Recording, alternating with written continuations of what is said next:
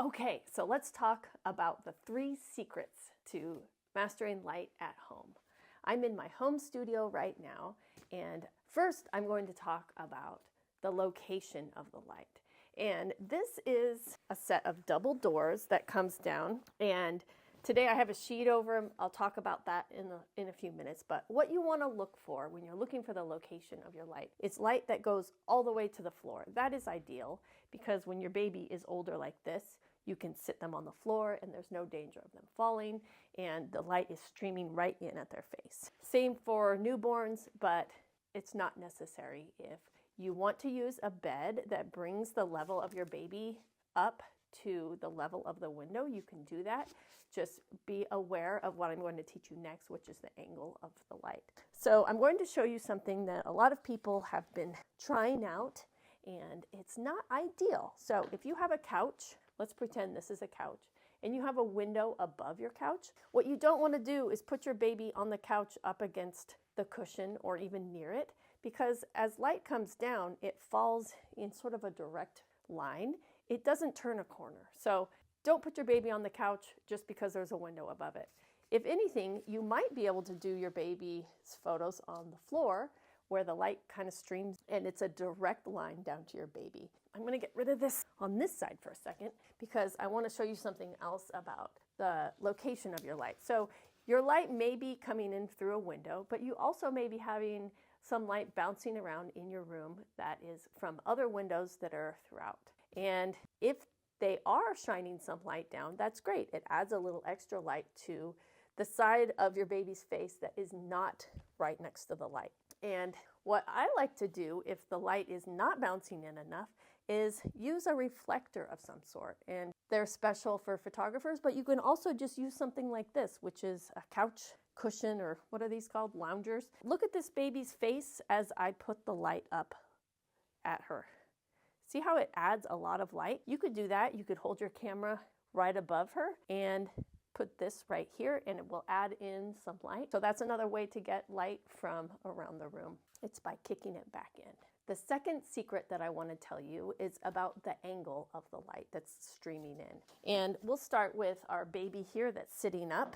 And as you can see, I did not set up this pack and play background setup so that it is straight with the window. I didn't make it so that this part of her body is coming straight this way. I made it so that she's angled towards the light at a 45-degree angle. So there's a piece of pie right here, 45-degree angle. Remember that, because I could turn her this way and I could be right here photographing her from this angle, but then I would be blocking the light with my body. So what I like to do is a 45-degree angle, and then what I would do is I would hold my camera right here, and then this light streaming in this way would be falling over her face like this. So right now we're talking about angle. The other thing we can do with a newborn is this angle is very important too. So we have a baby here, and the angle of her is, there's a 45-degree angle right here, and the light is falling over her face like this. And as you can see, I will exaggerate it by picking this up, and you can see that the light is coming in over her face like this. What you don't want to do is have her angled towards the window. This is what I call ghoul lighting, sort of like the Halloween thing that you can do with a flashlight that goes underneath your chin and lights up this direction. They also call that uplighting. The light goes straight up her nose, and then it creates these shadows that are right here. That's not flattering. So don't put your baby this direction so that the light comes up like this. Another thing you want to avoid is something called split lighting. I'm going to show you with the real sunlight that's coming in right here. So split lighting is when one side of the baby's face is really bright and the other is dark. And it may be hard to tell right now, but what happens is if you have it at an angle that's straight like this, you have one dark side, one light side. You don't want that either. You want soft, angled lighting that comes over this direction. Not this way, but this way.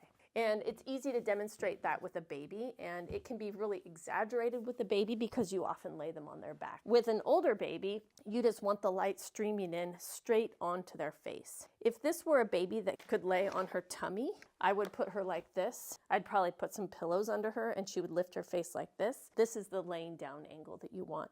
This is the 45 degrees that you want. You do not want to lay your baby like this, where the light is coming up this direction. So 45-degree angle, that's the angle, the second secret, which is the angle of the light.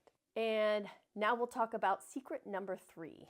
And you may have noticed that this light that I have today that's coming in is being diffused.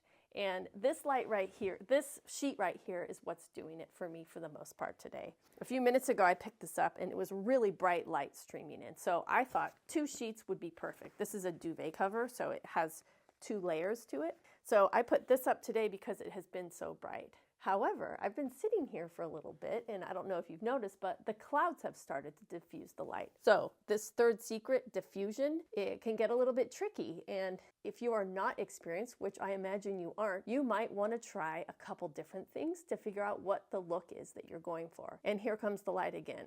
I don't know if you can see that, but the clouds go in and out and in and out. And that is the natural diffusion that's happening. So what I might do if the cloud cover continues is I would take this double sheet off and I would see if, well, maybe that's about the right amount of light. The clouds are doing the diffusion for me. Or I might just put 1 layer of sheet down so that it's just a slight bit of diffusion.